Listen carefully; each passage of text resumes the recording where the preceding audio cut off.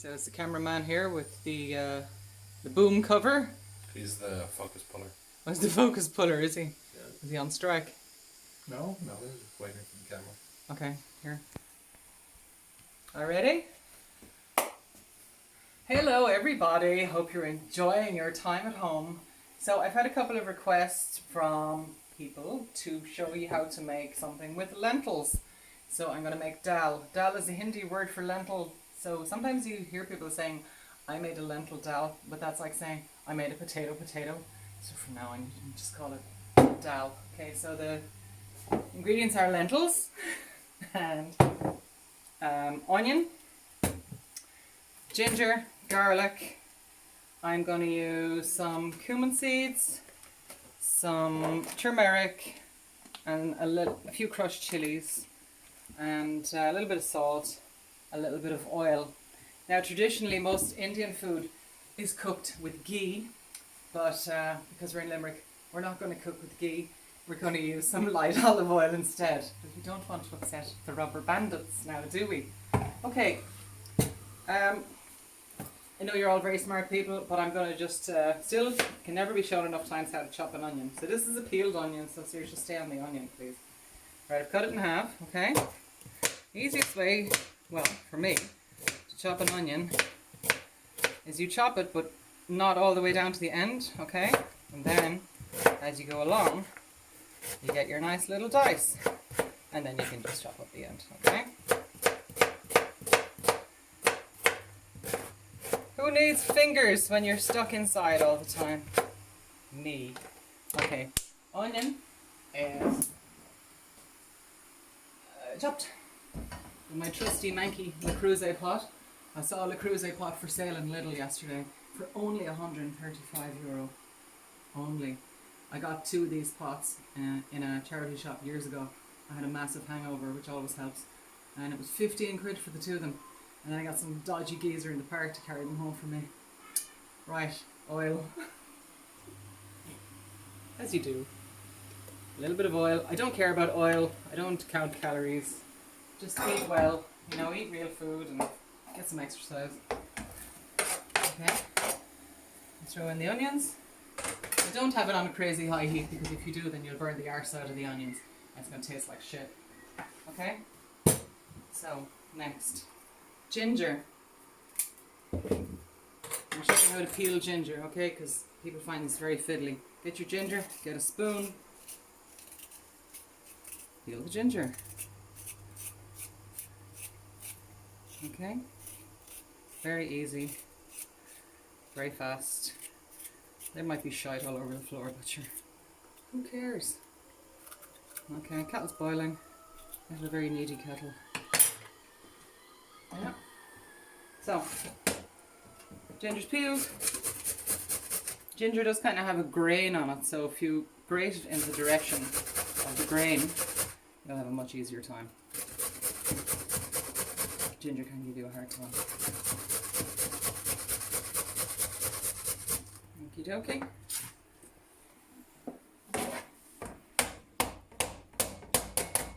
Noisy. That's a great chopping board. I think I got that in TK Maxx. It's the Joseph brand. Brilliant stuff, not product placement. Okay. Alright, so garlic. I'm going to use about 3 cloves of garlic. And garlic is another thing people find very fiddly. Really depends how you handle it. Get a gammy brown bit there. So, easiest way to peel it. Oh, well, I don't even have to try and peel this. This is just tearing its clothes off. There you go. Eager garlic. I'll show you next time how to peel a clove of garlic.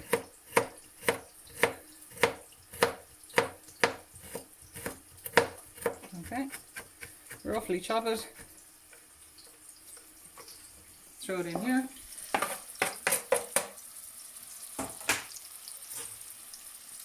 So when you're making anything like a curry, or a dal, or a stew, or a casserole, the onions and the garlic and all the vegetables that you start off with at the beginning are the most important thing.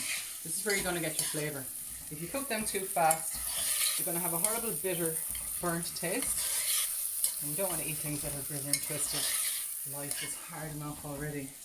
Okay, now while they're cooking, I'm going to, or as a chef might say, while they're cooking down, I'm going to cook off some rice, okay? We eat a lot of rice in our house. I buy rice in these kind of quantities.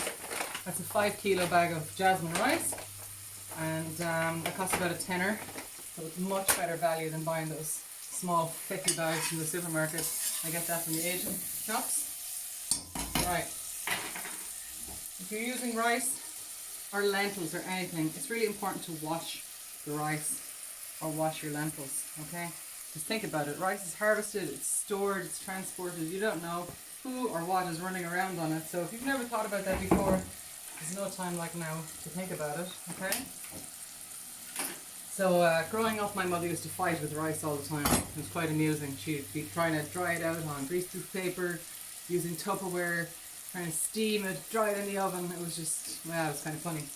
Well, you know, we were kids, so we were just trying to torment her all the time. So then I learned how to cook rice from a Jamaican woman, and never looked back. So basically the rice is here. I've boiled some water. I've used 1 cup of rice, which is 200, this measure, Americans always use a cup measure, it's such a handy thing, it's like 250 mils. So I'm going to cover this with water that's just boiled. I'm getting a lot of steam going here. So how much water am I using, I hear you say? Well, call this the rule of thumb. I'm not going to go and stick my thumb in the pot, but it's covered by about, I don't know, just over a centimetre. Okay? I'm going to bring that to the boil.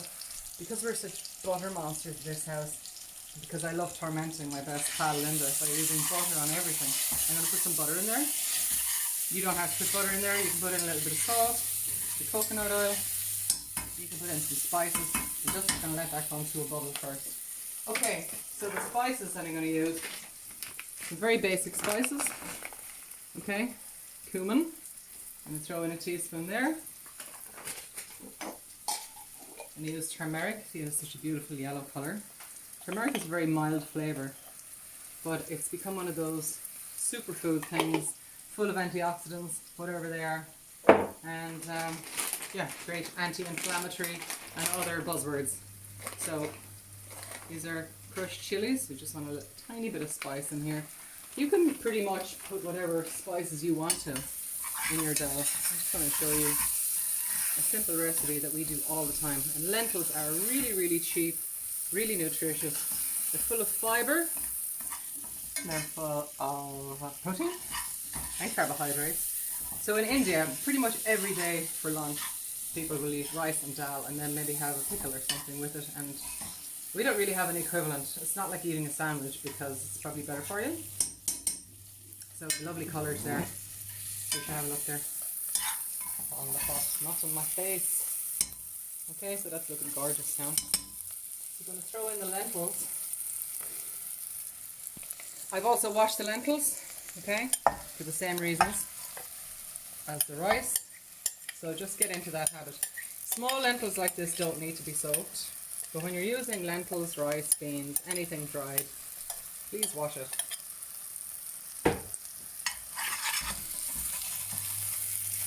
And dal is so easy to make.